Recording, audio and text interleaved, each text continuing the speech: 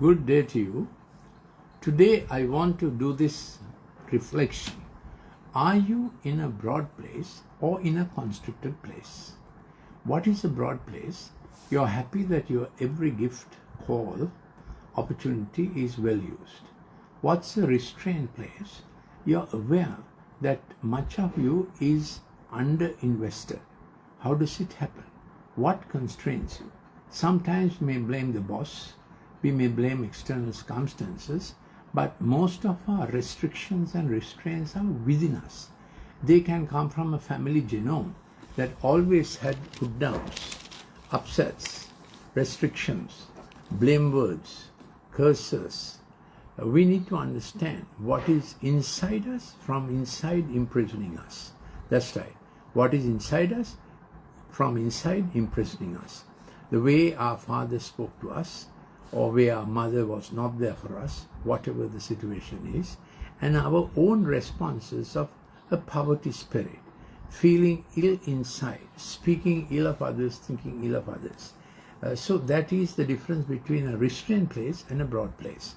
Person who's in a broad place has a delight in his life and he feels things go well for me, and his expectation is a good expectation that things will get better. He redeems me from ruin and rundown, and he crowns me with loving kindness and tender mercy. So your expectation is for the better.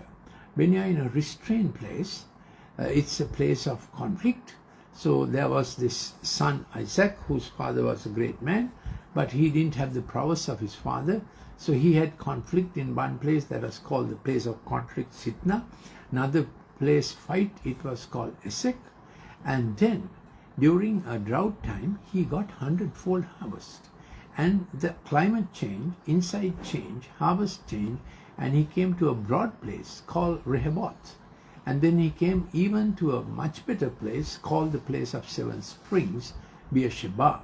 So these are places of prosperity. So how do you feel within you, poor or rich? This is ultimately, it amounts to how much wealth we may have. But it doesn't begin with the wealth issue. It begins with how rich do you feel and well do you feel in your internal investments. So here is the sequence. He sent from on high. He took me, he drew me out of many waters. This is Psalm 18:16. We were in trouble. We were being shaken up. We felt as if floods are running over us. But there was a visitation from above. Hand from above. You may say a hand from heaven, help from heaven. We didn't ask for it. We might have been defying God, but getting into trouble. God didn't wait for any more of our pleas. He reached down. And from on high, he took me and he said, I'm taking you. And he said, can I own your life because I gave it to you in the first place? If you belong with me, my forward program, my God's scope, my God's script and God's scroll, I will work it out with you now onwards. It was always there from the mother's womb, the God scope rather than the horoscope. And now he says, if you would agree with me, after this experience of me picking you up. So first step, from on high, he sent. Second step, he took me. Third step, he drew me out of many different waters, turbulent waters, murky waters, bitter waters, the fountains within and without that were all swirling around me. He lifted me up. Then he delivered me from my strong enemy. Then he brought me forth also into a broad place. That's where the breakthrough place is. Breakthrough place, broad place. That's the fifth step, a broad place. Say with me, broad place. So how do you feel? You are in a broad place, a constricted place, a narrow place, surrounded by mountains and rugged places, low places. He wants to fill the low place. He wants to make the path straight, and he wants to pull down the mountains, shift the boulders out of you, make rough places smooth. This is what he wants to do, and you will say, yes, I understand. God has a broad place for me. He rescued me because he delighted in me. So there is a rescue operation and there is a delight of God. What do you say to that? Rescued me and he delighted in me. So fifth one is brought me to a broad place. Sixth one is rescued me and then he delighted in me. So you feel pleasure in what you do. In his presence is the fullness of joy. At his right hand are pleasures forevermore. You feel this delight of God inside you. No more grumbling. No more badly treated. You have overcome your family genome. You are doing much better than anybody else in your family.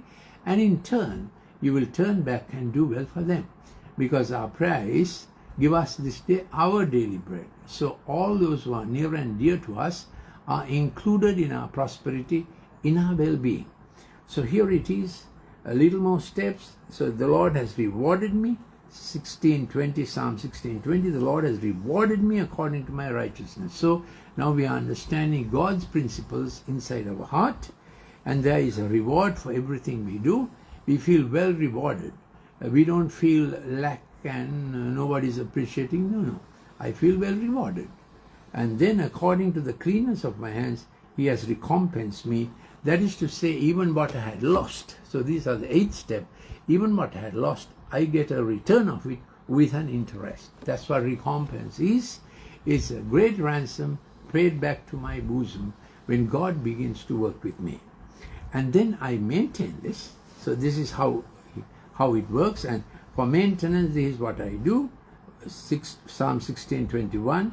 I keep the ways of the Lord, and I don't depart from my God, but his ordinances are before me, and I keep my statutes as my guidelines. I'll be blameless with him. I kept myself from iniquity. Therefore the Lord has recompensed me according to my righteousness, according to the cleanness of my hand. So it's a full recipe that God has a broad place for you. So check out, put down the things in which you feel you are in a narrow place, restrained place, restricted place, hindered place, a place of constriction. I'm suggesting to you, it is inside you.